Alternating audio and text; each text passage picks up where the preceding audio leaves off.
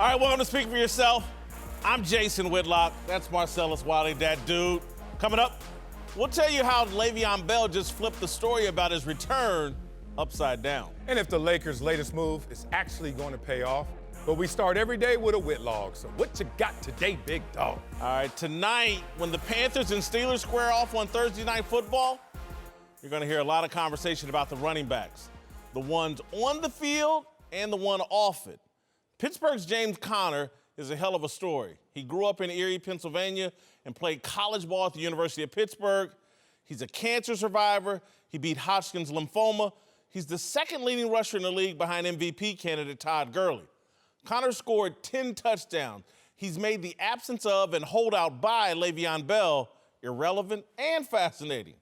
The best back in football has been Wally pipped by a hometown hero fighting a deadly disease. James Conner and Le'Veon Bell are a different twist on Gale Sayers and Brian Piccolo. This is a remake of Brian's song. But there's another running back story just as interesting on the Carolina sideline. Christian McCaffrey is putting a new spin on the Great White Hope. The Panthers running back is a novelty act in sports that is being mostly ignored because the mainstream media is rigged to talk about race from a single point of view. Only black athletes can be mistreated or underappreciated. Only black athletes can make significant racial progress or blow up a stereotype. Well, McCaffrey is certainly destroying the stereotype that a white tailback can't be electrifying, elusive, and a playmaker. McCaffrey is the white Alvin Kamara, the undersized Saints playmaker. Look at their rushing and receiving numbers. They're almost identical. Their impact on their quarterbacks is almost identical too. Kamara and McCaffrey have elevated the play of Drew Brees and Cam Newton, respectively.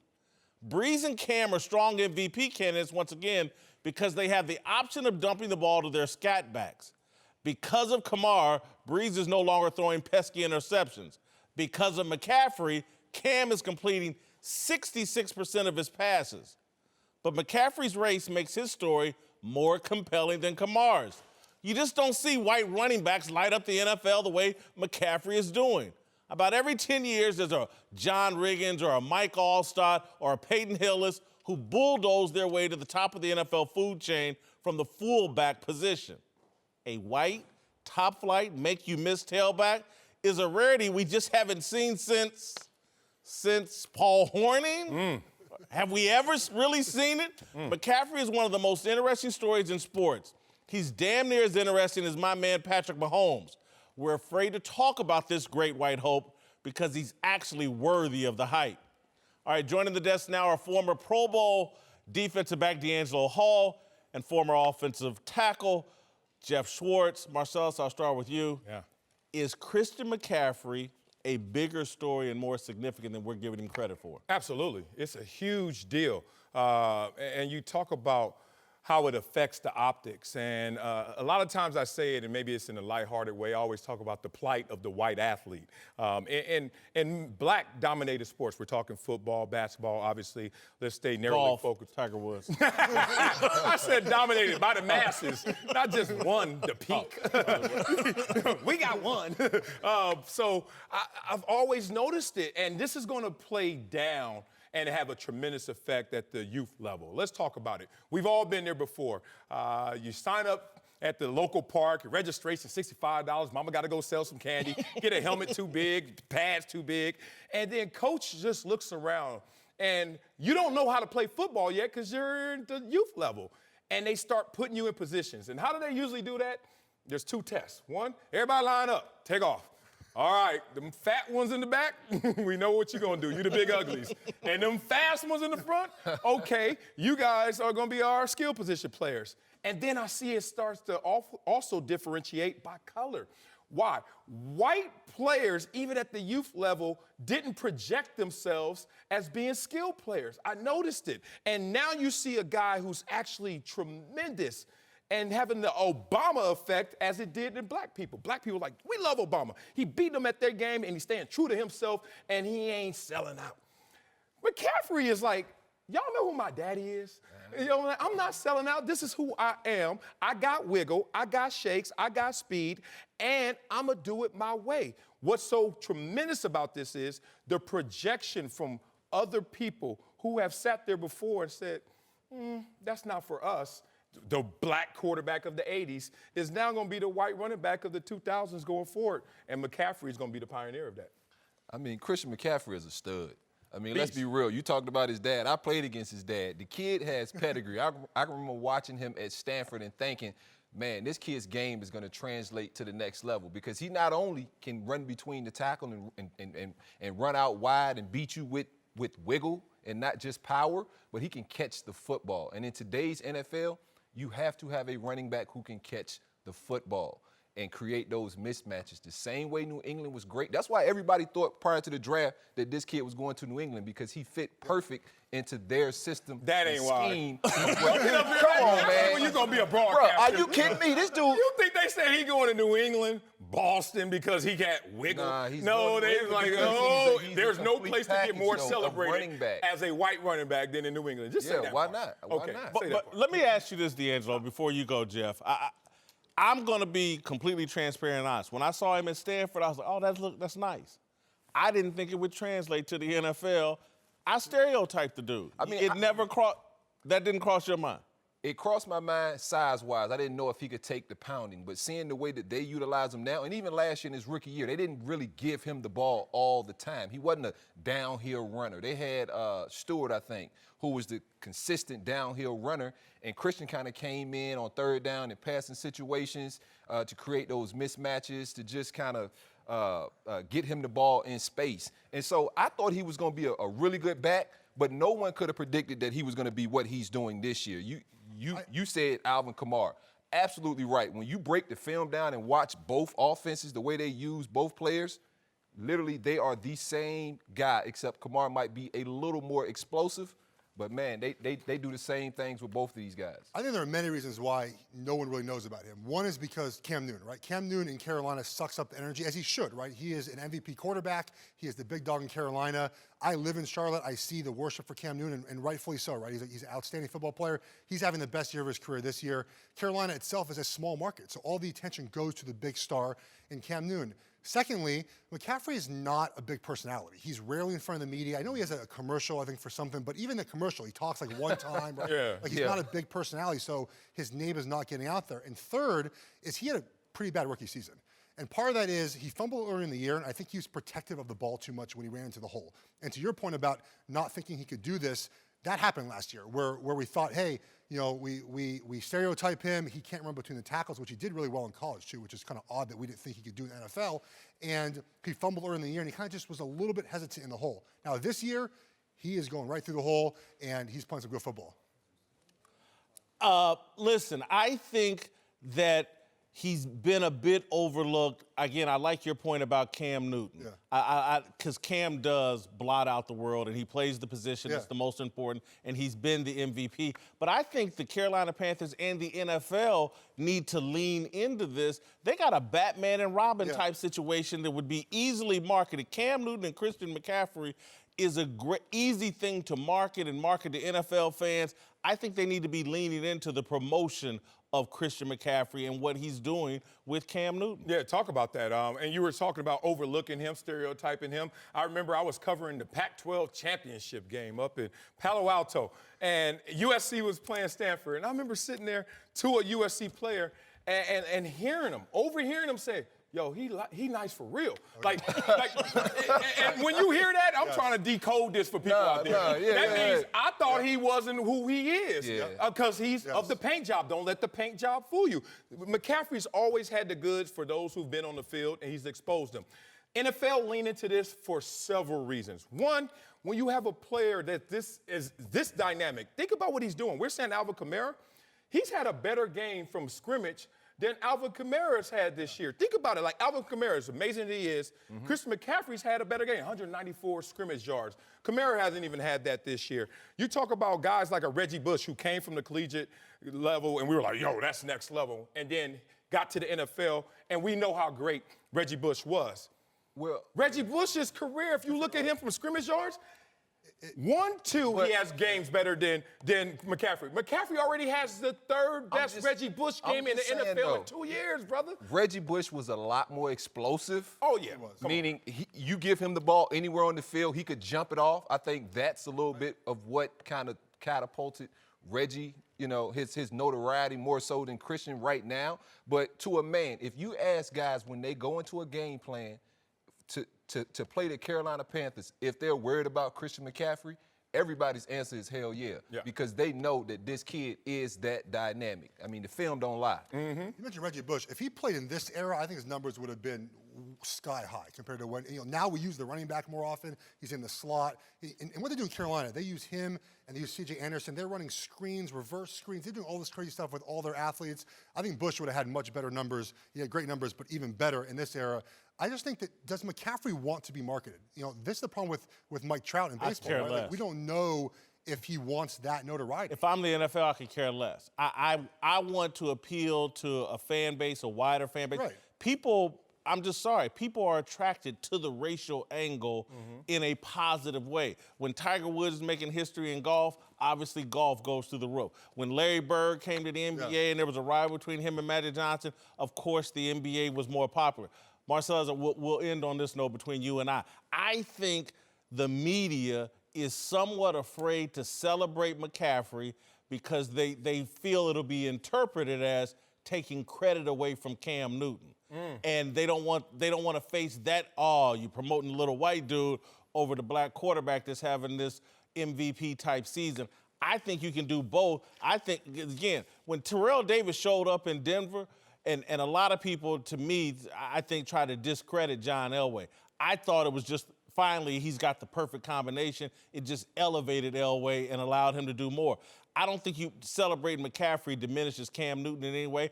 I don't think, and I know a lot of people do, I don't think Terrell Davis diminished John Elway in any way. Yeah, man. This could easily be Lynn's sanity, but it could last. I mean, Jeremy Lin. But it will continue because Christian McCaffrey will continue to put up these numbers, especially with a Cam Newton and the North Turner system. I'm with you. It's almost like the media is like, oh, this is going to be a little too obvious, a little too much in a market where, let's be real, the criticism of Cam Newton has been exaggerated, and some of it has been race-laced because a guy who goes out there and plays the quarterback position, he's an NFL MVP. You're trying to tell me he can't give a ball to a kid? You're trying to tell me he can't do a little dance? He can't open up his chest and say, I'm Superman?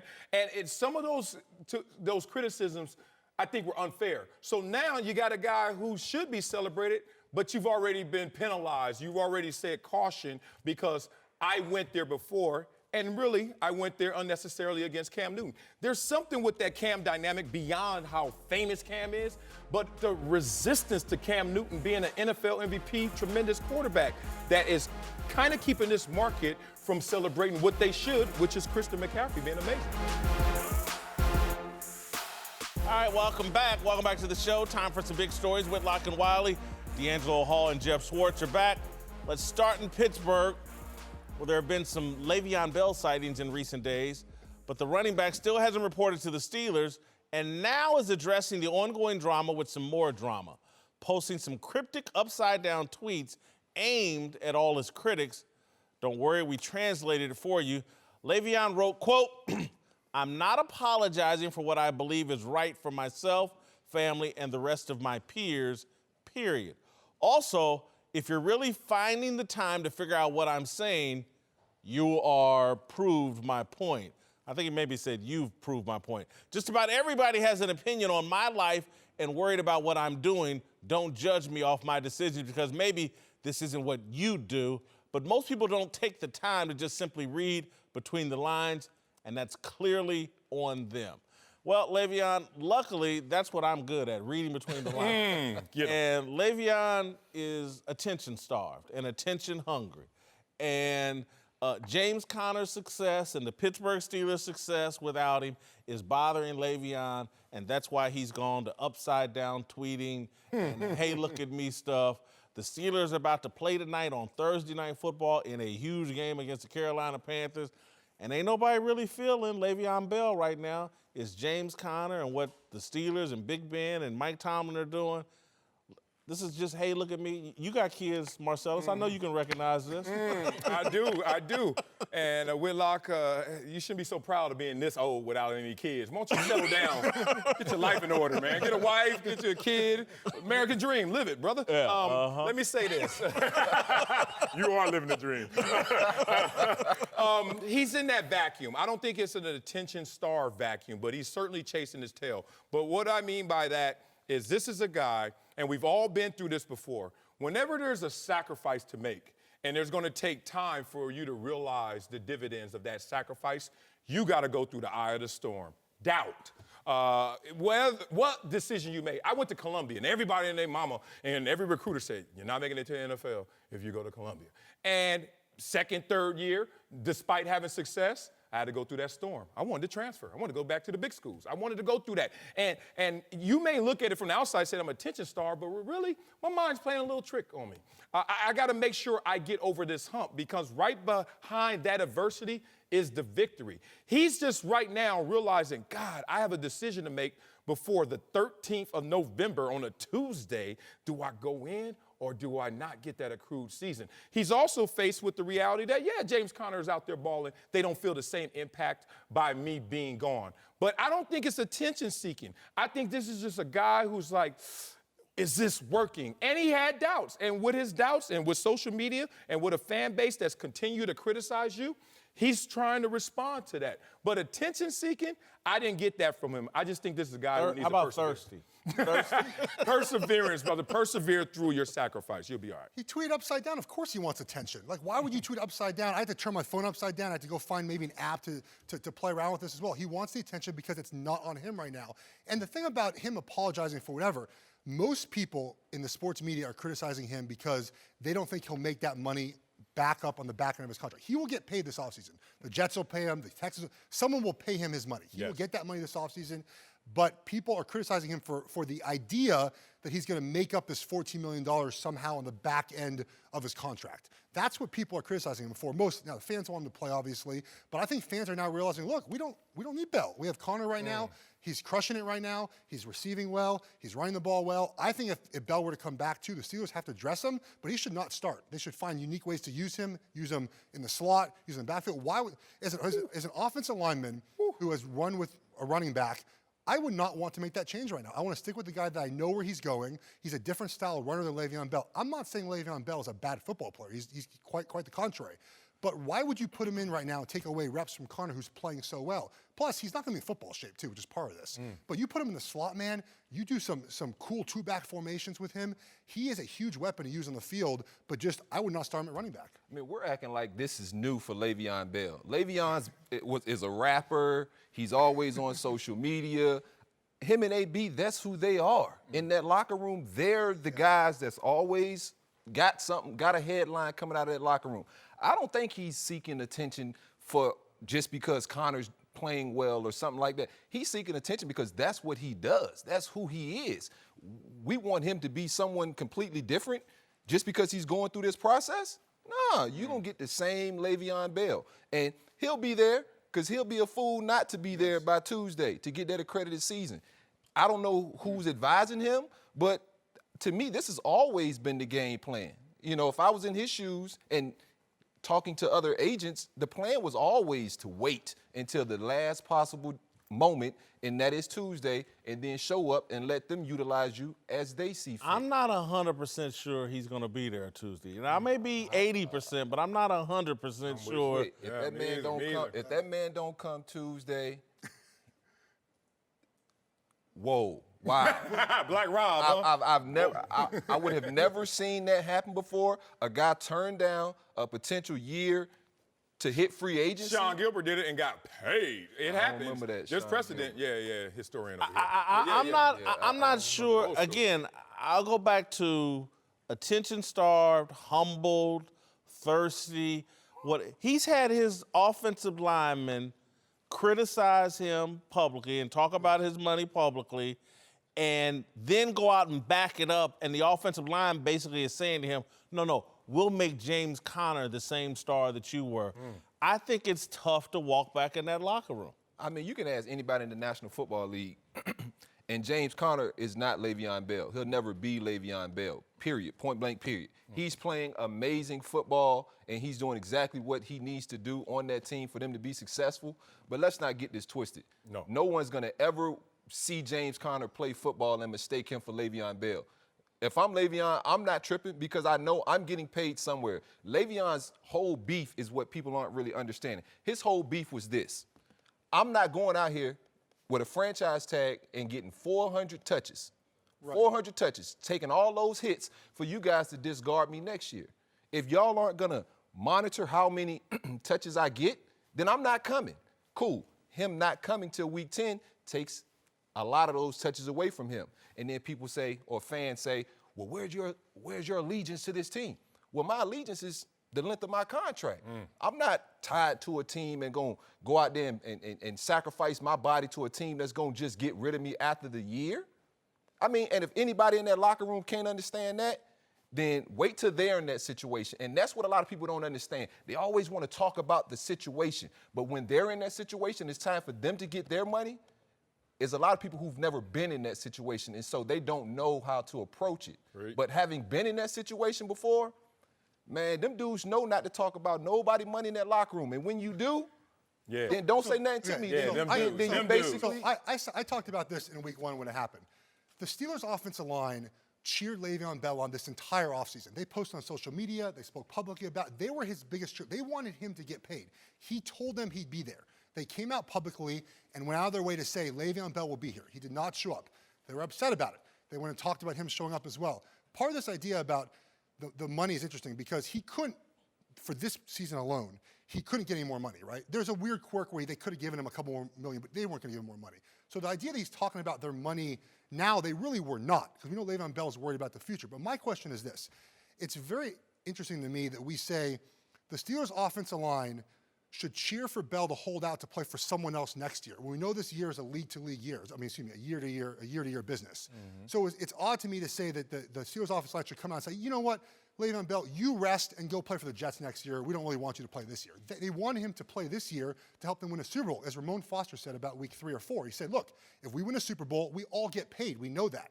We want you to come back and play for us because we want to win. And we know in this year alone, you cannot get any more money. Jeff. It's hard to think about the future if you're currently in the season. I get if it's the offseason and training camp, but that's an odd thing to say. Excuse me. What happens when he goes out there and breaks his leg or tears his ACL? What happens then? He could do Are that those old linemen? He could do that the first rep. You're absolutely when he comes right. in. But he's going to have a little bit of security. I understand. Or he's going to limit that exposure by not coming in until week 10. He's limited the first 10 weeks. He's limited the preseason as far as getting those hits on his body. And so, yeah, I agree with you to an extent. But at the end of the day, Le'Veon is his own corporation, his own company. And I just disagree with the way those old linemen in that locker room handled it, because I felt like if the shoe was on the other foot when other guys have kind of been through similar situations, not necessarily in Pittsburgh, but just in other places, I've never seen it done that way. And that's kind of why everybody starts saying, wow, is Mike Tomlin losing these guys? Now they're back saying, oh, Mike Tomlin's a great coach. He was able to keep these guys in line. And so, say it. We gotta go. We gotta go. Fox Sports has teamed up with USA Today and their social news site for the win for the first ever Pro Football Fan Index. Last week's question was, which NFL team has the best stadium? Raider Nation came out strong, giving Oakland a surprising win. This week, the question is, which NFL team has the best quarterback? Vote on Twitter or Instagram with the hashtag FanIndex plus the hashtag with the team name. For example, if you think Drew Brees is the best quarterback, just vote with the hashtag FanIndex and Saints. All right, welcome back, Whitlock and Wiley. We're joined now by former NFL player Merrill Hodge and Dr. Peter Cummings. All right, welcome both of these guys. Thanks for joining us. Merrill and Dr. Cummings have co-authored a new book entitled Brainwash. The book takes aim at one of the media's favorite subjects in recent years, CTE, examining the science behind claims about the effects of football on the brain and exposing the agenda behind a movement I've been speaking on for years, the war on football. Merrill, I'm going to start with you. Given your history in football and that 2 concussions late in your career ended your career, I'm shocked that you would be the face of this book. I'm happy about it, but I'm shocked. How did you get there to this point to where you felt comfortable participating in this book? Well, there's really two subjects there. My career ended because of improper care, so that's a protocol aspect. You know, this is about a scientific aspect that I think everybody is a little confused on or scared by. I don't think I'm any different. I'm a parent. I'm a concerned parent. My kids play sports. I got a son who started playing football at age 7. And I decided, I read the headlines, I've read articles, I wanted to find out the truth. You know, what is the truth of CTE? So I really went across this country into Canada, had individual meetings with neuropathologists that have been looking at brains their entire lives. And I'd ask them, what is CTE? And they would say this, universally, this is what they would say to me. The minds, the great minds in this country and in Canada, it is a pattern. We don't know what causes it, and we don't know what it causes. We have cases that are in sports, in football, but we have cases outside of sports, never played football, never had concussions, and didn't have head trauma. And I'm like, well, how can we only hear about the ones in sports when we have all these cases outside of sports? And that just sparked another question and a journey. And eventually, when I looked at the science, what the science is screaming and saying versus what we see in the headlines, I just believed a book needed to be written so people could understand the real truth of the science versus what they see in the media.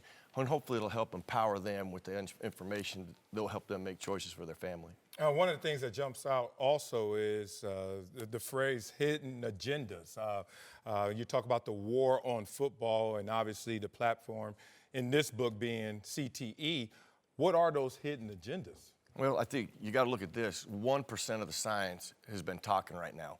99% of the science is screaming, hey, listen, stop. We're in an observation state.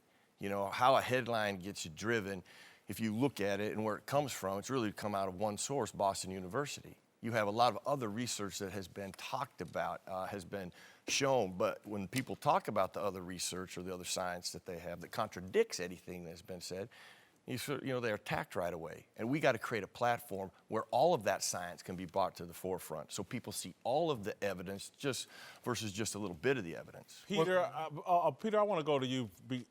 I want to understand the science or what science you're disputing that's out there. What's in the book that helps people like me that think, I agree with Merrill, there's a war on football and the science is being exploited. What would you dispute? What are some of the common misconceptions scientifically that's pervasive throughout the media? Sure, and one of the things we did with this was we approached this book as two fathers. And so when you ask a question like that, it's a question I asked myself, it's a question that Merrill has asked himself, and it's probably a question every parent in this country is asking about whether or not their kids are playing football. And when I started to do this journey for myself to figure out if I wanted my son to play football, because I didn't want him near the sport, I started to see these sort of trends in the media versus what's in the science. And the narrative is the way it's believed today is that if you play football, you're definitely going to get CTE, you're definitely going to become suicidal, you're going to be prone to violence, and you're going to get dementia, and you're going to die. And nothing could be further from the truth. Right? Merrill has said this the best, and I steal this quote from him. With CTE, we don't know what causes it, and we don't know what it causes. And so I think that's the real theme of the book, is just giving people information and letting them make that decision for themselves. Here's the whole other body of science that nobody's talking about. Here it is. Take a look at it and compare it to what you know. Well, the Center for Disease Control obviously has shown different science in talking about the links to CTE. If you talk about the study that was done on 111 ex-NFL players, 110 of them having CTE, versus the study of 198 non-contact adults, and 0 of them had CTE. How do you reconcile that, Doc? Well, a couple different ways. And with that study of 110 under 111 football players, that number doesn't really mean much. It's like 12 is bigger than 10, right? It's like sticking your hand into a bag of red marbles, pulling out a red marble and going, I have a red marble, right? Because it's a biased sample. They took subjects who had a symptom, had an idea they may have had this disease, checked their brains, and they found some pattern of tau staining, which is the protein that accumulates, and called it CTE. So if you look at that, like if you go to an Alzheimer's brain bank and you test the brains for Alzheimer's disease, and 99% of them have Alzheimer's disease, no kidding. But what does that tell you about your risk of getting Alzheimer's disease? But that's not analogous, because they actually went to 111 players and said, 110 have them. Then they went to non-players and zero. Like the zero kind of focusing on that. Sure. How do you get And I zero? was going to that next. And what that is two separate studies separated by a couple of years. Yes. And that study where they found zero CTE in subjects that had no contact sport exposure, what they did is they screened these people in a brain bank who had donated brains because they had a disease. So you already have kind of a bias sample anyway. It's not a perfect control group. Then what happened is they screened them for who had exposure to contact sports. And they did it a couple of ways. First, they read through their medical records and found out if anybody had played a contact sport. And then they searched obituaries. So some of that information was confirmed by obituary. I don't know about you guys, well, maybe him, but in my obituary it isn't going to say anything about me playing youth football or any football. So you have a little bit of a problem there. How many of that negative group actually didn't have exposure? Then the next thing that happened with that study is the cases they thought, hey, we think these may have CTE. What they did is they ran them through an entirely different experimental protocol than the control groups. And the staining process that they used for that tau is prone to a lot of artifacts, meaning it can show you artificially elevated levels of tau. They didn't do that to the control groups. So we don't really know how many of those positive cases were really positive. And if you break the numbers down, I'm going to really nerd out on you here. I love it. 70% of those cases didn't have CTE. And then you look out at the wider range of literature, and you'll find right now I'm working on trying to collect the cases who've had no exposure to head trauma. I got about 100 cases in the medical literature, never had exposure to a contact sport, never had head trauma, but they have the pattern of CTE in their brains. One's a 4-month-old, one's a 1-year-old. So you take that one study, there's a lot of flaws in that. It's not a good control group. You can't really compare. It's apples and oranges. And when you start looking at the greater literature that's out there opposed to one study, you're finding that this pattern of tau staining is being seen in a whole host of different Marcellus, one things. thing about that he shared with me too, 95% of them had another neurodegenerative disease. So how do you isolate just CTE? That's actually, that's an abuse of science. You have to disclose it all, and you can't isolate it as one when they have other diseases versus just one. Merrill, people have watched me on this show harp on defending football. I believe there is a war on football. They've heard my point of view. Why do you believe there's a war on football? We're in the state of California. You look at what's going on in the state of California. You have some legislation to ban tackle football till age 14, okay? You can start MMA fighting and boxing at age 8 here in the state. Why would you tell me that there's not a war on football or a target on football if you're going to say it's okay to box, which keep this in mind. Now, just make sure, correct me if I'm wrong. Isn't the objective to target your head in MMA and boxing? Yes. Yeah. At 8, we can box in California, yet we want to ban tackle football. Now, and what is the scientific evidence they're bringing to the table? There's no scientific evidence that says there's anything wrong with kids playing contact sports. That's why I think the book's so important. We bring out those things about what the science is saying, but all of the amazing things that are going on in football, especially youth football, from protocols, treatments, therapies, practice structure, the whole gamut, how much better and safer it is. In the nearly 100 years we've been playing this game, the most safest environment we have ever had is right now versus some 95 when all of us played. I want to ask one follow-up. You've explained that there is a war on football. I agree with you, but again, the why. Why do you believe why is there a war on football? Why are people afraid of football? Why do people want to bring football down?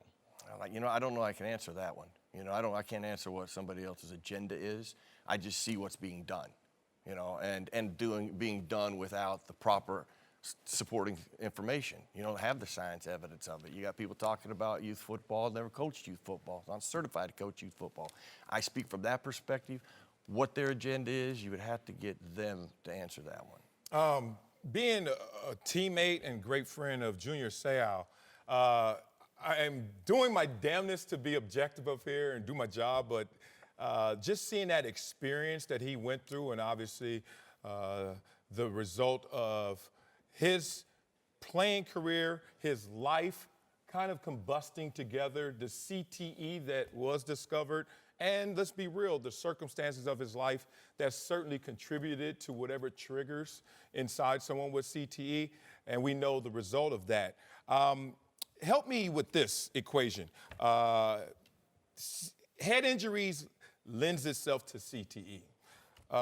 If football obviously exposes you to more head injuries. How come football doesn't put you at a higher risk of CTE? Well, I don't think there's any scientific evidence that says football or even head trauma causes CTE. Like I said, we don't know what causes it, and we don't know what it causes.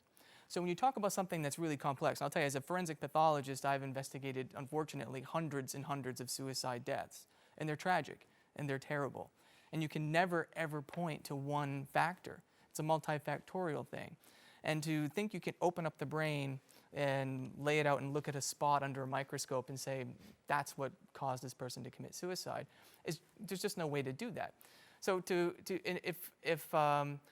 if you have somebody in the general public who commits suicide, well, it's mental illness and this is a terrible thing. We have to do better with how we treat mental illness in this country. But if a football player at any level commits suicide, it's football, regardless of any other factor that may be going on in their life, whether it's divorce, drug abuse, bankruptcy. Let me stop you right there, because you just hit the number one thing, Marcellus. My pushback to your point of view would be this, and what they're arguing, if I'm going to narrow it down. Football's being blamed for everything. Let's don't even research other factors. Junior Seau, what happened to him was a tragedy. How do we not know it might not have been the drugs he may have been taking to play this game rather than the collisions? There's all sorts of things we all know the football players do to get on and stay on the field. The pharmaceutical industry has no interest in you discovering what that does to you. They want to blame you for hitting him too hard. It's your fault, not any of these other factors. Please don't displace what I'm saying, because I said life circumstances have to ignite with what if the CTE is the cause. I'm trying to isolate that if Junior Seau didn't play football with the same life circumstances, or anybody who doesn't have CTE and have those same life circumstances, is there something in you that can trigger you to go to that place? That's the difficult thing, because if not, I think parents are saying, well, let's remove football just because this is a risk factor. Not that it's going to kill my kid, but as we know, combining risk factors is how you get to this And place. so make sure your son never drives, because there's a more likelihood he'll die in a car accident than of CTE. So don't ever let him drive. Do you know what the highest suicide rate is professionally? Do you know what the highest suicide rate is professionally? No. Doctors. So we should stop medicine. We should stop letting people go to doctors, go to medical school. Doctors have one of the highest suicide rates of any profession, Marcellus. And I think what's happened here is people are uninformed about this particular pattern. We're talking about things we've seen in the headline versus what the science is saying.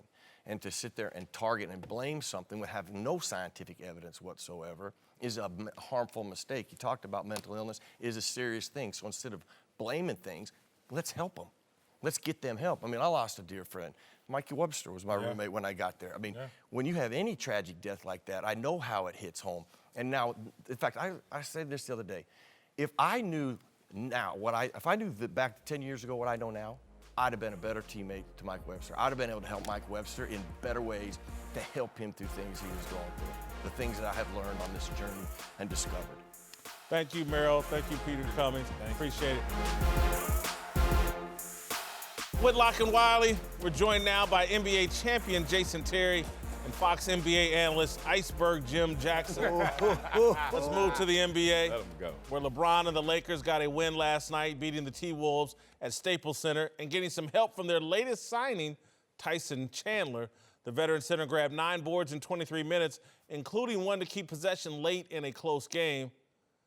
I was shocked last night. I think Tyson Chandler, a really smart move. I was highly skeptical, and then you see it instantly, his impact helping them close out that game, that veteran leadership, that veteran savvy. Last night, I gained a little faith in the Lakers. I'm starting to believe that, they may finish 2 games over 500. Yeah. I got them at the 500 team. I mean, I was shocked at how quickly they just put Tyson Chandler in critical moments and forgot about JaVale McGee, who was having a great year and who has to be salty. Had a great game. No, I don't know. Salty immediately. Are you kidding me? JaVale McGee has always been criticized because he's not dependable and he's not reliable in clutch moments. And then day one, Tyson Chandler comes in and gets that opportunity when JaVale McGee has been putting it on record in purple and gold as being that guy. Listen at the Clippers. JaVale McGee So can't you do really that. want JaVale McGee to finish the game? Oh, hold on. Really? As a Laker, looking in that vacuum, absolutely. Now, his entire career, Shaq and the Fool, I'm not going there, Jason Okay, Terry. okay. But and look, the thing is, Baby Tyson Chandler didn't steps. even get the rebound. He ain't. Yes, he did. That tip out is Tip considered out. his rebound. That's what you do in considered his 19th year. That's Tell what him. they Young fella, let Tell him him. know. Tell him. Let him know, young The fella. tip counts, but I'm gonna tell you right now, we want Tyson Chandler finishing the games. You need a wily veteran that has been through the wars. What has been their problem early on in this season? Finishing game. Finishing games. Yeah. JaVale McGee been on that team, on that floor. So now we got a guy that he can learn from, and it should work out for him. But what he got, though, what they bought was an insurance policy and trust, someone they Yes. can trust down the stretch. Keep in mind, we overlook the fact that JaVale McGee sometimes over-rotates and over-helps on pick and roll, which leads to a dribble drive. Yeah. He'll goaltend to some shots, okay, at a critical time. He'll miss some things. So as good as he's playing, it's hard to trust him in those late situations. So what they got with Tyson Chandler was someone they could trust down the stretch of the game to make the right plays, whether that's on the offensive end by moving the ball, setting the screen, or as we saw on the defensive end, he's able to lock up and keep the defensive plays alive. And that's what they bought with Tyson Chandler. They got the same thing, and I hate to go here because it's like I'm flipping teams here because I've been down on them. But with Rajon Rondo, he closed out the game, and they kept Lonzo on the bench, and they went with the veteran, savvy, smart guys because what they're saying is LeBron's gonna make the plays. We just don't need the other guys to mess it up. Hold on. No, it ain't they. It's LeBron. Look what's going on here. And this is my conspiracy theory that is so real, it shouldn't even be called conspiracy theory. Here's the thing. This is the timeline. Magic Johnson, a month before the season, hey, we're going to start slow. We're going to be patient with Luke. All's good. And we all know that LeBron took his time to get a relationship with Luke Walton, whatever that meant. Right. I wasn't reaching out to Luke. Luke, don't be blowing me up either. So, you know what I'm saying? I got a life to live. Finally, they're on the same page. LeBron quickly sniffs out, I ain't liking this. So LeBron tells Magic, this is my theory. He went to Magic. He said, Magic, need some changes. Need me a big boy vet. Let's be real. Right. Also, you playing around with these lineups, calm down, and put some fire on Luke. You know why? I'm known as Coach Killer. And I can't have that on my resume in LA. So as Coach Killer, I'm not gonna kill Coach. I'm gonna let you do it. Magic immediately walked to Luke Walton after just saying he got time. Right. Blah, blah. Gave Luke Walton a couple of them. And then LeBron the next day, this is why I knew it was real. LeBron the next day gonna say, our coach put us in great position to win the game. Hey, LeBron, you know I see We in this. Hollywood. Don't that sound like a script? Right. That sound just like a script. I thought he was in the room when they was having a conversation. And now all of a sudden we see a different Snitching, team. man. You Hey, snitching. You man. inside the I'm room. dry Check this snitching Mike, garage. a little Just bit. Mike, man. Wired. Come on, There's a y'all. lot of y'all can laugh if you want. There's a lot of truth to what he's I saying. can say a lot because you know that behind the scenes, controlling the narrative is what LeBron loves to do, and he does it in a way where it doesn't come back to him, so to speak. But you got to keep in mind, I said this before. Luke is not Rob and Magic's guy from the beginning. Yeah. So he had a short leash, but I don't think anything will happen this year because they understand where they're at. Three things they have. They have expiring contracts, they have cap space, and they got tradable assets. And that's something going into free agency that a lot of teams don't got. That's why they have value. And they know as this team is constructed today, they got a lot of holes to fill. So I don't care who's coaching them. Coach Carter could come in and coach the team right now. They're not winning the championship. Back Carter. Let's move to an even bigger story, to the team the Lakers beat last night, the T-Wolves, who got another big game out of Derrick Rose. Just a few days after Rose went for a career-high 50 points, the point guard put up 31 last night, including 7 three-pointers. Rose has had a tumultuous run since winning MVP in 2011, but he's playing his best basketball in years, scoring more, getting more assists with a huge jump in his three-point shooting. Derrick Rose, man, the comeback is for real, I think. Last night, man, he and Jimmy Butler, I'm sure, are comparing notes about the rest of these guys and their lack of heart. But I have to. The comeback for Derrick Rose is real. I'm believing. I bought in. I'm bought in too. 46% from three-point. Yeah, you got to. And he's still blurry. Coach used to always say in our sport, for sure, and watching you guys out there on the court, when you blurry, you got an opportunity, man. You can make things happen. And you can see this guy is finally trusting himself again, sixth gear, because of all the injuries and getting knocked down off that hill time and time again.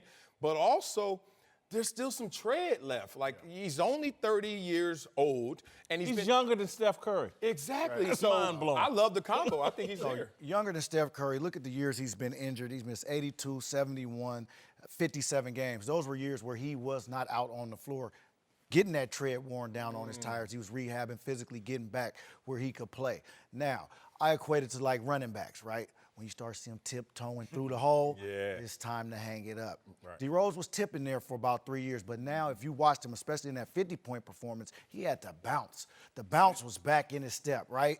He was crossing them up. He was getting to the hole. He was finished explosively.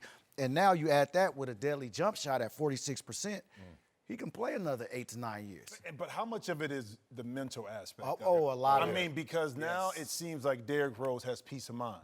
A peace of mind that allows him now to go play. He doesn't have to carry the load.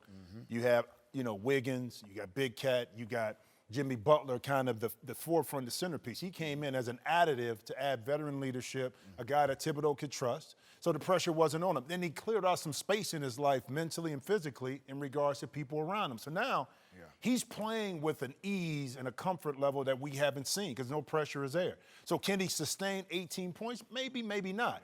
But he can be a threat, plausible threat on the court. Because those three-point shots last night, we haven't seen that from Derrick Rose, even when he was really healthy in regards to stepping back off the dribble in clutch situations, knocking down three. To me, mentally, he's in a whole different space, and I love to see it. These were contested threes, a lot of them.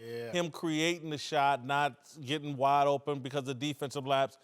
Tell me this, both of you guys. What happens when Jeff Teague gets healthy again? Has Derrick Rose taken this starting point guard job for keeps? You know what? Even if he doesn't start, I still believe he has a valuable role. Again, Thibodeau, he brought him there. He can trust him. He's going to want to start. Oh, he's going to want to start, but I don't think that's where he's at in his career right now. I think he wants to have valuable minutes. To me, JT, you understand this. What's the most important thing? Finishing the game. No doubt That's about the most important thing. You look at his minutes, 28 minutes per game. There's still plenty of time for him to get those same minutes if he comes off the bench. The hardest thing when you're starting is how do I rein him in and pull those minutes back. I think that's the hardest part for coaches. I know Carlisle told me that at one point. When I begged him, hey, man, I've been 6 man long enough. Get some of these starters' attention. I was like, well, we're not going to be able to monitor your minutes. But you ended the But I game, and closed that's what you every wanted, single right? game, yes. When You I was wanna later in finish. my career, to me, that was important. If I'm Derrick Rose, though, again, finishing the game is nice, but if I'm Derrick Rose, trust me, he still thinks of himself as an MVP. He wants to be in the All-Star game. He can be there at 6 man. He can be there in the All-Star game. Think about the big shots he's able to hit at the end of the game. You can't do it if you're on the bench. Think about the fans he's won over now that will be voting.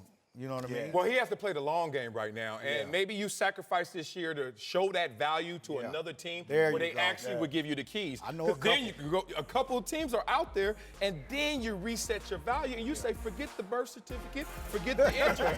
Like, don't hold all that against me. Look at my game right now. I'm shooting 46% from three. Go get it, D. All right, welcome back, Whitlock and Wiley. Jim Jackson and Jason Terry are back with us. Let's return to the NBA, where the T-Wolves are off to a sluggish start to the year, falling to the Lakers last night and dropping to 0-7 on the road this season. The bad start hasn't done much to help all the drama surrounding Jimmy Butler and his trade demands, and last night, Butler didn't hold back after the loss. Very, very frustrating to know that we're that close and all we got to do is rebound the basketball. That's been the story for us thus far. We've been right there. We've been out rebounded. We got to figure out a way to go get the ball. I think the season's still young, but we can't use that for too much longer because these games come around quick. Listen, I watched every drop of that game last night, and Jimmy Butler's frustration to me is justified. They gave Karl Towns $190 million, man, and I don't know if he's worth $9 million. This guy is soft. He's the no-heart guy. And Andrew Wiggins disappeared too, and they gave him, $140 million during the offseason? He's not jealous of the money they made. He's upset that the franchise was stupid enough to give guys this soft that much money. Wow. Two things you just said. One, we got to take away your creative control. Because you just ran with what he said and put it all on Big Cat. One, Jimmy Butler doesn't talk in code. So I think if he wanted to call out Big Cat, we have seen. Who's he talking about should have got the rebounds? Everybody. No, Tyson Chandler's tipping out these rebounds. That's Big They Cat. only play 6 players. Hold on. He ain't going deep. Wait a minute. Y'all acting like in the NBA, most rebounds aren't long and under the rim. He talking to himself, too? He's like, yo, we should get them rebounds. To himself. No, he You don't ain't. think he talking to himself? He did his. He's not talking to himself. Okay. Well, then, I know he wasn't talking about Big Cat because he would have said Big Cat. He ain't scared to say Big Cat. No. But here's the problem you got, Jason Whitlock. And this is the problem with every locker room I've ever been in. It ain't about you getting paid. It's about who you are and why did you get paid. So the money's fine, but you just said it. He's soft. And I've seen this happen. The Legion of Boom, all the thorough dudes got mad at Russell Wilson getting paid. Why? Not because he ain't a good quarterback, because he's soft. He's a teacher's pet. He's the one that got the apple for the coach. And you got a problem with Big Cat because he's a nice guy, because he plays the game in the right way? No, because he's floating around the three-point line and he's 7 foot tall and he's getting no rebounds. He's not a defensive force. JaVale McGee is out playing him. He's soft. JT. I'm just saying. Ain't that where the game is gone? Exactly. Where are you supposed to be? Who started this? Like Joel Embiid's out there crossing guys up, shooting threes, right? So I don't know. I mean, Cat, yeah, you need to rebound a little more, but I don't think his game is a back to the basket bruiser type dude. He's nimble. He ain't built like that. He's not built like that. If you can put on your hand right here 5 guys, really, and go past that who really deserve a supermax. It's not that many in the league. That's where I don't we care. messed up at. That's where it's probably LeBron, Steph, KD, Giannis, who else? Anthony Davis. Westbrook. So if you get past 6 or 7 guys, everybody else gonna get paid because of the way the salary That's not cap the is. issue, though. Here's the issue. Somebody's going to get paid, whether it's Big Cat or somebody else. And knowing that Butler probably wants to get out of there, they had to pay him. They had to pay big. They had to have somebody. When Joe Johnson got paid at Atlanta, was he worth the 70, 80 million? Probably not. But they had to put a face to the program, to the franchise. And that's what they've done. Now, keep in mind, Jimmy Butler is upset. A lot of it comes back on your shoulders, too, in regards to how you approach this season. You're never going to have continuity. I don't care what's going on. You're going to play good one game, Jet. The next game you're not, because you're not really getting along in the locker room. So you're going to have this fluctuation. That's very critical. The chemistry is very detrimental right now to the progression of a kid like Cat. Like mentally, he's just like you said, he's a little soft mentally. So if you have a distraction like they're having with Butler and the disagreement, I mean, the kid's in his feelings. Let's just be honest, and it's showing in his performance. But he's an elite basketball player at an elite level. He's a great shot blocker, and the boy can score. And He's not a championship player. The Minnesota Timberwolves are not a championship team. And most players in the NBA are not. Here's my point, though. Right. And this is an extreme example. Okay. But if Tyson Chandler got a $190 million contract, I don't think Jimmy Butler would be as upset. Because, that's the least, he's a dog, and I can count on him There in you crunch go. time. Yep. He's not going to disappear on me. This dude disappeared throughout the entire game, just ran up and down the court, no heart, and then Andrew Wiggins at halftime retired. He retired at halftime. You know, I don't think it's the money with Jimmy Butler. I think you're absolutely right in regards to how he views Cat and also Wiggins. Yeah. It's the point that he knows that those guys he can't rely on. Right. That's it. I don't care if they got That's $2, That's $200. it. It don't matter. They're like, listen. But I to can't- me, I the can't rely value on in you. Jimmy Butler should be, as a veteran, how are you going to help them? We know what the problem is. There you go. But how you going to help There them you go. overcome that hurdle? Yeah, yeah. Right? How you going to give them some Yeah, heart? stop punching down. Like if But you, that's the this little How do generation. you toughen them up? If You got to beat put up them on in. this generation, they're going to shut down. He's trying to jump them in. It's That's not- how you hold toughen on, them hold up. on. He's yeah, trying this to ain't the jump old them. days. Ain't none of that. Jimmy Jackson threw me in the garbage can. I had 26 points the next night. What? Hey, man, we could do that back in the day. Right. We knew how to respond. You throw him in the garbage can, you might not find him. You got to go to the dump to get him out. All right, thank you, Jim. Thank you, Jim. My favorite segment of the show, Antisocial. Darnell Smith, our social media manager, is here. I'm back. Flossing, yes, flossing the Warren Central. Oh, new money, huh? Nah, ain't no new money. Laundry day. Oh, and, okay. Fresh clothes today. That's Still hitting what that I get. laundromat for them quarters? Yeah, you know, hey, I'm still in the struggle right now. I ain't got that Marcellus check. Well, and that Whitlock check, too. We heard he re-up, too. No. Let's keep it moving. What's next, Darnell? Yeah, we're going to start off in the NFL today, where we all know Dez Bryant was just picked up by the Saints. Yes. And Twitter has been all over it.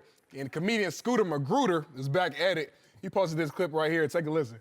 Dez signed with the Saints? He's really about to win the Super Bowl with the Saints. We have to play Dez. I'm not even gonna watch the game. We're probably gonna be out of the playoffs by that time. This man about to have 3 touchdowns for 300 yards against us. Watch Dez go for 400 yards and 5 touchdowns against us. This man about to have 5 touchdowns for 500 yards against us and an interception. I hope he does so we can get Jason Garrett fired. Wearing number 88? He wasn't doing that good anyway. I don't even care that much. I'm getting that Saints jersey. I want to see Dez throwing up the X for another team. DeMarcus Ware left and got a Super Bowl with the Broncos. The only way you can win a Super Bowl on the Cowboys is if you leave the team. At least one Cowboy will be in competition for the Super Bowl. Y'all think Cowboys fans are rooting for or against Dez? I think they're rooting for Dez. For Dez? Yeah. I think Dez is a sympathetic figure in the NFL. Dez means well, and I think most people, regardless of whatever troubles he has, Dez means well. I think people are rooting for him. Exactly. They miss that passion. They miss that fire. And look, it's a seesaw effect. So since the Cowboys aren't doing well, we miss Dez. If they were doing well, yeah, I'm glad we got rid of Dez. It's just result-based. But, hey, what's his name, Scooter Magruder? Scooter Magruder. Scooter Magruder. He got a follow out of me today. Man, that dude is hilarious. And I don't even know why I laugh so much at it, because he's just talking, but he's just funny, He's man. real, that's why. Oh, he's just hilarious. Good work. All right, Darnell, what's next? Yeah, moving on to the NBA. Zion Williamson had an amazing debut for Duke on Tuesday night, scoring 28 points, leading Duke to a 34-point victory over number 2 Kentucky. Steve Kerr was asked about his performance, and his response was pretty funny. Take a listen. I thought LeBron was. I thought that was a one guy, one shot deal, but apparently the next guy's coming. And before I get fined, I'm going to change the subject. Is it too soon to crown Zion as the next LeBron? LeBron's a little too much for me. And I compare him more to Charles Barkley than LeBron James. I haven't seen this kind of size and explosiveness and energy since Charles Barkley. I think LeBron is a bit more skilled than Zion Williamson. Oh, yeah. I took it as just the talent line, you know, sitting in the heavens. He keeps standing in that line and keeps getting in other lines, size, and you talk about the weight and the height. What was he, 6'7", 270, they say? 280. 280. Yeah. That's more than Barkley, because what, the Barkley? Nah, I think when Barkley was coming out of 6'4", 6'5". Yeah, 6'4", but damn near 300 pounds coming into the NBA. Yeah, respect to that, but this is not LeBron because it's not statuesque. It's just ginormous with energy and 45-inch hops. That's next level, man. I hear him, man. Crown him. All right, Darnell, what's next? Yeah, moving back to the Steelers. We know Le'Veon Bell posted some upside-down cryptic tweets yesterday afternoon. Well, this morning, Antonio Brown was pulled over for going over 100 miles per hour and was cited for reckless driving. The Steelers play the Panthers tonight on Thursday Night Football. And, God, with all this turmoil that's been going on in the Steelers locker room this season, you starting to feel bad for Tomlin? No, I'm not feeling bad for Tomlin, and I'm not going to beat up Antonio Brown. I can remember I got my first Mercedes in 2007. And I don't know if I ever went less than 100 miles per hour. Yeah. You're right. I was like, what's the use in having it? Right. You can't even feel it. It feels like you're going 50 when you're in a, so. You ever ride in the lap of luxury? I don't know how fast I'm going, officer. My bad. I was going 130. Yeah, man. They got me at 113. Coming back from a Missouri basketball game, going from Columbia to Kansas City, 113 in some little rural town. Rolling, weren't you? He was trying to get to that buffet. 2 for 1. It was like 2 in the morning. Nobody was on the road. Jack in the Box. I was trying to get to Diamond Joe's before closing time. All right, Darnell. Oh, yeah. Last but not least. Yes. So yesterday on Fair Game, Kristen Leahy had Derek Fisher, and he had some really interesting point, I might add. Take a listen. First person you'd pick in NBA history, other than yourself, to hit a clutch shot? Kobe probably would be 1. 2, my Jerry West was like my first thought because I thought I had to like go back. Oh no. But no, I would say Kobe. Yeah. Because he literally can will the ball in the basket. Like broken finger, knee, whatever. Like he can make the ball go in. Just makes it happen. Is this proof that Kobe is the most clutch player in NBA history? No, it's Come on, proof. y'all. that he didn't want to say Robert Ory. That's who he should have said. That's who knocked down all the clutch shots. Come on, Whitlock. And, and then, of course, Michael Jordan would actually be. No, you know what? He's wrong. The number one guy to end the game with is Kareem Abdul-Jabbar and the sky hook. That's who takes the last shot for me. I hate to be a prisoner of the moment, but maybe Steph Curry for me. Like, I just respect his shooting range and his percentages too much. But Kobe, because of the combo of him making it and not scared to take it. So I got to respect that. But, nah, not number one for me, Kobe. Are there some Kobe moments that I'm not remembering? Does he have the Byron Russell moment? What are Kobe? He got over 30 game-winning shots, 4 50-plus point games in a row. This guy, come on, y'all. I'm not about to go to the history. Here you go. Y'all ain't made me take off the Warren Central Kobe jersey. I need to put one on. Where are the Kobe game-winning playoff Phoenix shots? Suns, I want to say 06 with the fist up. All right, I'm a hater. Yeah. My second favorite segment, approval ratings, is here. He ranking segments now. My 10th favorite uncle, Uncle Jimmy's here. There you go. Favorite. Get him. Oh, 10th Lord. favorite. What is going on? Yeah, where you off to today? Yeah. Man, look, I done told you stay out of my personal business, man. This ain't my real job, man. We need to stay in your closet. You're not matching. Like, what budget cuts are you going through? Hey, man, look, I got to get it done, man. I'm out here trying to get it done, son. What's wrong with you?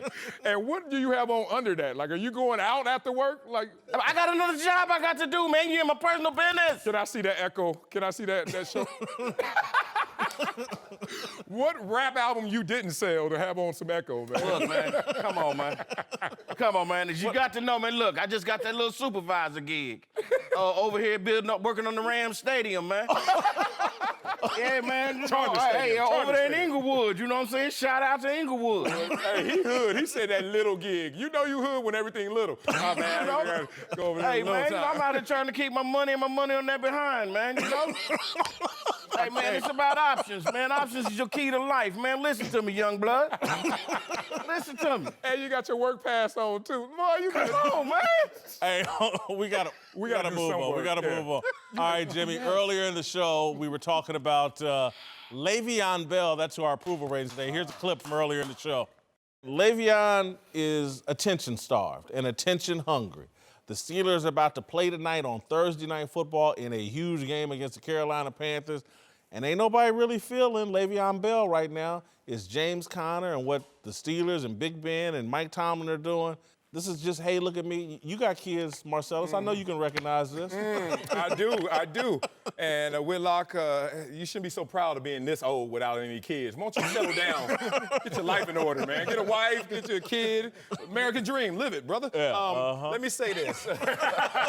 You are living the dream. All right, Jimmy, what did you think of our discussion about Le'Veon Bell? Hey, well, man, first of all, let me tell you, Marcellus, you're absolutely right. I'm glad you told my nephew. You got to get some to get some. I'm just going to let you know that, all right? I'm just telling you that, all right? What did you think of our discussion about Le'Veon Bell? Le'Veon Bell, man, that's the real deal, man.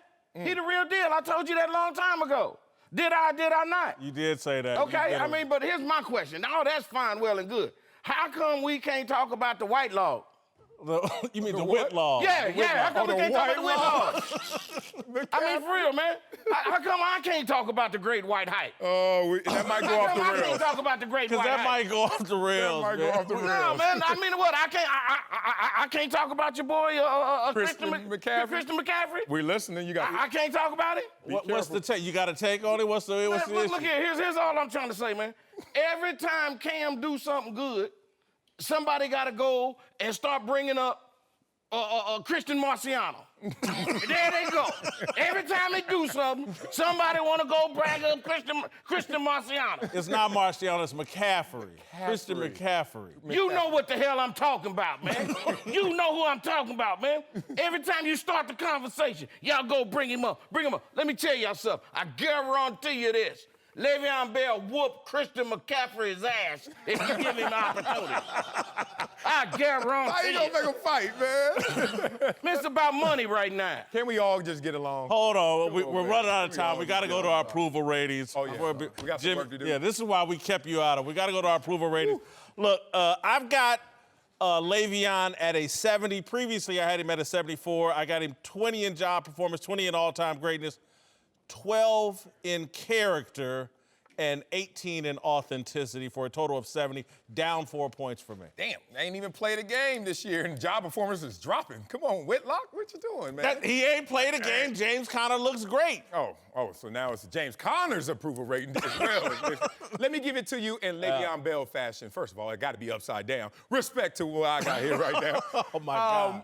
How did you do that? I got a little young daughter. She got the app. Okay, there we go. Job performance, 24. You know why I went up for him in job performance? Because James Conner looks so good? Nah, a little deeper than that, because every single player is taking notice of the stance he's taking and respect due to a guy who's out there trying to get his money and protect his body. I love that. All-time greatness, I got it 19 a little bit, dropped that a little bit. Yeah. Because Conner looks so good. Stop that system. Character, 17, and authenticity, 23. The man's been suspended 2 or 3 times. How can his character be a 17? To take this stance, this is a difficult thing that he's doing, man. That's a man of character. You got him in GOAT status. We're out of time, man. Character.